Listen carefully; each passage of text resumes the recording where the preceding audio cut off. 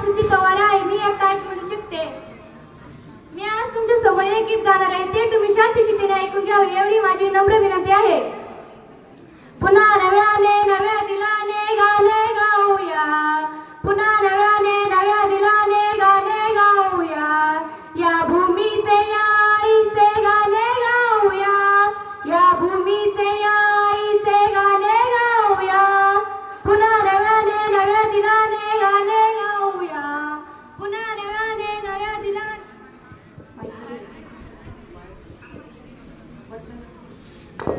नव्या दिलाने गाणे गाऊया, या भूमीचे